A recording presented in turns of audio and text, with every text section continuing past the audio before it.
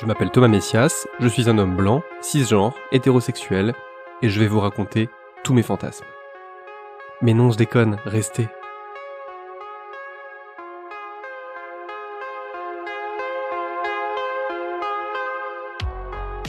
Vous écoutez Mansplaining épisode 49, ce que leur consommation de porno dit des hommes. Un podcast Slate.fr. Dans cet épisode 49, on va parler porno et fantasmes avec Florian Voros, docteur en sociologie et enseignant-chercheur à l'université de Lille. Il est l'auteur d'un livre paru le 5 novembre et que vous pouvez par exemple commander à votre libraire. Ça s'appelle Désiré comme un homme, c'est édité par La Découverte et ça file tout droit au rayon ouvrage de référence de ma petite bibliothèque des masculinités, bien rangée à côté du Masculinité de Erwin Connell et de L'Alpha Mâle de Mélanie Gourarier, qui sont d'ailleurs toutes deux citées dans l'ouvrage de Florian Voros. J'adore ce genre de livre parce que sa rigueur universitaire ne l'empêche pas d'être tout à fait accessible. Désiré comme un homme consiste en une enquête sur les fantasmes masculins, qu'il observe notamment à travers le prisme du rapport à la pornographie. Florian Voros a répondu à mes questions, et pour ouvrir notre échange, je lui ai demandé de me raconter comment il avait mis en place cette enquête. J'ai rencontré une trentaine d'hommes, de plein de manières différentes, et on a eu une conversation un peu à bâton rompu qui a duré entre 1 et 6 heures. Parfois ça a été répété. Il y avait différents points d'entrée, parce que je voulais pas avoir que des hommes qui avaient forcément envie de me parler de pornographie, parce que je voulais aussi avoir des hommes qui avaient plutôt envie de parler d'un panel plus large de pratiques culturelles, de pratiques médiatiques. Mais en général, ça a commencé par une conversation sur les routines, sur les habitudes, sur les pratiques de la vie quotidienne. Et puis progressivement, on allait dans la conversation plutôt vers les opinions, ce qu'ils pensent, de la masculinité, de la virilité, du féminisme, des rapports de domination. Parfois, pendant l'entretien, quand c'était possible, il y avait un smartphone ou un ordinateur portable à disposition, puis on naviguait un peu sur les sites porno ou autres sur lesquels ils avaient leurs habitudes. Et puis après l'entretien, moi, du coup, avec les éléments qu'ils m'avaient donnés, je reconstituais un peu leur parcours de navigation sexuelle en ligne, et je me faisais aussi ma propre idée de ce dont on avait parlé ensemble. Dans Désiré comme un homme, on croise principalement des hommes cisgenres, qu'ils se définissent comme hétéros, bisexuels ou gays, mais Florian Voros est également allé interroger d'autres personnes, y compris des femmes cis. Je n'ai pas pu m'empêcher de lui demander quel intérêt il avait trouvé dans le fait d'interroger des femmes alors que son objet d'étude, ce sont les hommes. La première explication, c'est qu'à l'origine, l'enquête portait uniquement sur la consommation de porno gay, qui est en fait très prisée par beaucoup de femmes, quelle que soit d'ailleurs leur orientation sexuelle. La suite, c'est Florian Voros qui l'explique. La virilité, c'est-à-dire on peut la définir de différentes manières, mais la manière dont je la définis dans le livre, c'est tout ce qui a trait à la puissance, à la vigueur, à l'athlétisme, aux muscles, au poil, au crâne rasé, à ce genre d'esthétique ou de sensations, voilà. Tout ça, évidemment, ça peut aussi être incarné et pratiqué ou performé par des femmes. Donc pour moi, c'était juste un peu un garde-fou, ces entretiens, pour essayer de cerner ce qui était spécifique aux hommes et ce qui ne l'était pas. Alors, sachant que je me suis aussi basé sur un certain nombre d'enquêtes anglophones qui ont été menées auprès de femmes qui visionnent de la pornographie. En France, il y a aussi l'enquête de Ludivine de Mol, qui est actuellement en cours sur l'usage de la pornographie par les femmes. Tout ça, ça m'a aidé à comparer à la fois les hommes hétéros et les hommes gays entre eux, mais aussi pour comparer du coup les hommes et les femmes. Ça m'a été aussi utile de faire quelques entretiens avec des femmes et surtout de mobiliser d'autres enquêtes qui avaient été menées auprès de spectatrices de pornographie. En 150 pages, le livre apporte un nombre assez dingue de pistes de réflexion et parvient à régler leur compte à un certain nombre d'idées reçues, dont celle-ci. Qui que vous soyez, le porno que vous consommez ne peut pas à lui seul expliquer qui vous êtes, qui vous désirez, ni sur quoi vous fantasmez. Une idée reçue qui, pour le dire honnêtement, était en fait ancrée en moi-même. C'était une idée avec laquelle moi je pouvais me débattre personnellement, voilà, en tant qu'homme, en tant que spectateur. C'est l'idée que, pour le dire un peu crûment, quand je dans le livre, c'est dis-moi comment tu bandes ou ce sur quoi tu bandes et je te dirai qui tu es. Et alors ça, c'est l'idée notamment, qui m'a intéressé, c'est que j'ai découvert en fait un dispositif expérimental qui a été mis en place du coup par un médecin tchéco-canadien au lendemain de la Deuxième Guerre mondiale, qui visait du coup à faire passer des hommes qui se déclaraient homosexuels au service militaire tchèque pour en être exemptés, à les faire passer au test de mensonge, et on les exposait à des images homoérotiques, et en gros on voyait s'ils bandaient ou pas, et s'ils ne bandaient pas, c'était qu'ils n'étaient pas vraiment homosexuels, et que du coup, il devait aller au service militaire. Donc, bon, cette enquête peut sembler un peu grotesque, mais en fait, c'est un dispositif qui a été assez influent, en fait, dans l'histoire de la médecine ou de la sexologie de la deuxième moitié du XXe siècle. C'est révélateur du pouvoir, en fait, qu'on attribue aux imaginaires pornographiques et aux sensations qui sont liées de dire la vérité. Pour info, le dispositif prétendument médical décrit par Florian Voros s'appelle le plétismographe pénien, et vous pourrez trouver dans le livre un schéma de ce système, à la fois tout à fait sérieux et parfaitement incongru. Pour en revenir à ce « montre-moi comment tu bandes et je te dirai qui tu es », le livre est passionnant parce qu'il place côte à côte les habitudes pornographiques des hommes rencontrés et ce qu'ils racontent sur les habitudes en question. Ils énoncent aussi bien leurs fantasmes, dont certains sont plus faciles à avouer que d'autres, mais ils dévoilent aussi les pratiques pour lesquelles ils éprouvent une aversion partielle, voire totale. Dans le livre, il est clair que la façon dont ils évoquent ces sujets-là est bien plus révélatrice que la nature même des vidéos qu'ils consomment.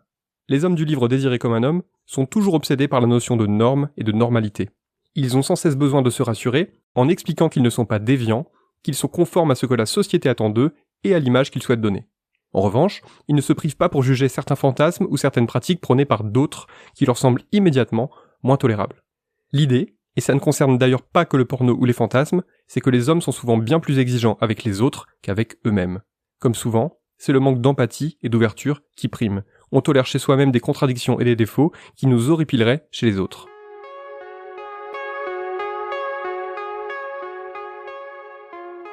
S'il tente auprès des personnes rencontrées de se poser en observateur neutre et sans jugement, Florian Voros montre à plusieurs reprises que la façon dont il se présente et la perception qu'ont ces hommes de lui ont des conséquences sur ce qu'ils veulent bien lui raconter. Ce qui confirme une nouvelle fois à quel point il est important d'affirmer qui on est et d'où on parle. Il raconte notamment que le fait qu'il ait, je cite, une apparence, un style gay, fermez les guillemets, a forcément joué un rôle dans le déroulement et les résultats de son enquête. Il y a aussi des hommes qui m'ont plutôt vu finalement comme une sorte de petit frère. Bon, j'en ai 35 ans maintenant, mais j'avais que 25 ans en fait quand j'ai commencé cette enquête, et qui m'ont vu comme un petit frère qui était finalement un peu moins viril, un peu moins masculin qu'eux, mais ils m'ont pris comme un homme hétéro, et à qui on va un peu expliquer, raconter la vie, raconter comment on drague, comment on séduit les femmes, comment ça se passe. Enfin, en fait, c'est finalement donner un peu un cours de masculinité. Il y a eu 2 ou 3 entretiens qui étaient vraiment comme ça, et là oui, c'est des participants à l'enquête qui se sont sentis tout à fait à l'aise pour déployer un discours masculiniste. Du coup, ça a été les entretiens les plus difficiles en fait à réaliser. Ça a aussi été les plus intéressants finalement à analyser parce que c'est quand même des hommes qui sont exprimés avec une forte sincérité vis-à-vis de moi, et voilà. Voros est un protagoniste à part entière de son propre livre, et tout ça sans nombrilisme aucun. Non seulement il raconte comment il s'est senti considéré par ses interlocuteurs et interlocutrices, mais en plus, il n'hésite pas à partager son propre ressenti. Je reste marqué par un passage dans lequel il décrit les effets qu'a eu sur lui un entretien très intense. L'homme avec lequel il converse alors est bruyant et vindicatif, il défend des valeurs clairement masculinistes, lui donne des leçons de séduction hétérosexuelle et lui explique notamment que la pénétration avec préservatif est l'équivalent d'un vin sans alcool. Après l'entretien, écrit Florian Voros, je fonds en larmes d'épuisement. Je pense que j'ai avant tout pleuré parce que, je pense que dans l'enquête, il y a des moments où on est très fatigué et où on est juste épuisé, on est perdu. Ça veut pas dire, c'était pas une situation de désarroi ou de mal-être. Quand j'ai partagé des pleurs dans l'enquête, je veux pas donner l'impression que j'ai terriblement souffert dans cette enquête, mais je veux juste souligner le fait qu'en fait, quand on mène une enquête, c'est avec des émotions et avec des tas de doutes, de questionnements, et que parfois c'est épuisant et que parfois on est perdu. Mais après, je pense que malheureusement aussi, vu que on est peut-être habitué à avoir une image de la science très désincarnée, je pense que dès que des chercheurs partagent leurs émotions, on regarde ça avec une sorte de curiosité, on se dit « Oh là là, mais en fait, voilà, les chercheurs aussi pleurent, ou les chercheurs peuvent être stimulés ou émoustillés sexuellement. » C'est aussi toute la banalité du terrain. C'est quasiment la première fois qu'un épisode de Mansplaining n'est pas ponctué d'extraits de films. Et il y a une raison toute simple à cela.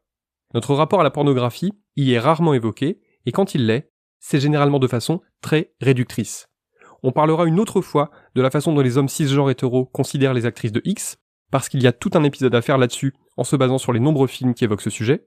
Mais si on se focalise sur la consommation de porno, on réalise vite que les films pertinents sur le sujet sont très rares. Alors bien sûr, il y a des éléments intéressants dans Shame de Steve McQueen, même si c'est un film qui, à titre personnel, ne parvient pas vraiment à me convaincre, mais il n'y a par exemple pas grand-chose à tirer de la saga American Pie, tellement écrite sur un coin de nappe que je serais bien en peine de vous dire quoi que ce soit de pertinent là-dessus. Et même un film comme Don John, dans lequel Joseph Gordon-Levitt se met en scène en accro au site porno, me semble très limité. Bon, je vais pas mentir, ce son me fout une tripe d'enfer. Mais j'aime pas me lancer tout de suite à fond. Ouais, je préfère y aller petit à petit. Tranquille. Alors j'attaque avec des photos. Ensuite, une fois que je suis chaud, je commence à chercher une vidéo. En fait, je me touche jamais la queue avant d'avoir trouvé la bonne séquence. Mais une fois que c'est parti, au revoir. Pendant les quelques minutes qui suivent, je zappe tout le reste.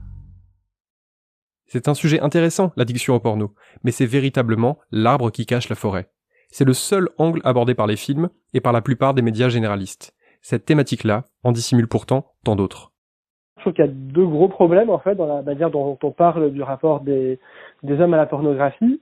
Le premier, c'est qu'on se concentre toujours sur les excès plutôt que sur la norme. C'est-à-dire, quand on va parler des effets de la pornographie ou des dangers de la pornographie, on va toujours imaginer des publics masculins déviants, c'est-à-dire on va utiliser toute une forme de figure pathologisée comme ça, aussi très connotée souvent en termes de classe sociale, ou aussi des formes d'altérisation raciale. Je pense qu'en fait le mieux c'est de se concentrer vraiment sur la norme masculine et de comment du coup la consommation de pornographie elle peut participer de la production de la norme masculine, mais en lien avec toute une série d'autres représentations et d'autres pratiques de la masculinité qui, elles aussi, mettent en avant la virilité, la force, la vigueur, l'athlétisme, l'insensibilité. Donc, si la pornographie, elle participe d'un problème, elle participe d'un problème en fait beaucoup plus large. Le deuxième écueil de cette focalisation sur l'addiction, c'est la déresponsabilisation des consommateurs et consommatrices de porno, et en particulier les hommes, dont le livre rappelle d'ailleurs qu'ils sont 2,5 fois plus nombreux que les femmes à en regarder régulièrement. Souvent on présente les hommes comme, notamment dans l'addiction sur l'addiction à la pornographie, comme complètement possédés finalement par des passions, des hormones, une sorte d'essence masculine en fait qui les dépasserait et dont ils seraient victimes. Et finalement les hommes seraient des victimes de la pornographie, ils seraient manipulés par l'industrie pornographique. Et c'est un discours, je trouve, qui est complètement déresponsabilisant et qui ne nous permet pas de comprendre quelle est la capacité d'agir des hommes pour prendre leurs responsabilités et en fait se confronter à leurs contradictions, se confronter à leurs pratiques de domination, se confronter aux violences, la centralité en tout cas de ce thème de l'addiction à la pornographie qui revient régulièrement depuis 10 ou 15 ans sous différentes formes. Je trouve que ça nous empêche d'avoir je pense les vraies discussions, notamment sur la nécessité d'avoir une éducation féministe aux sexualités. Ça empêche d'avoir les vraies conversations sur la norme masculine, sur la capacité d'agir des hommes pour changer et sur leur nécessité, le besoin, la possibilité qu'ils ont de changer.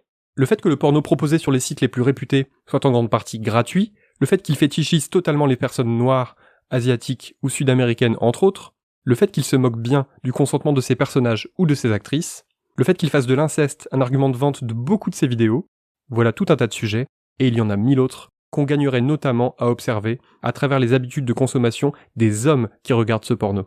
On en saurait bien plus sur cette masculinité blanche, tant sur la façon dont elle fédère ceux qui en font partie, que sur la façon dont elle exploite les autres. Dis-moi quel porno tu regardes, et je saurai peut-être un peu qui tu es, mais explique-moi pourquoi tu le regardes, et ça me permettra peut-être un peu mieux de savoir comment tu fonctionnes.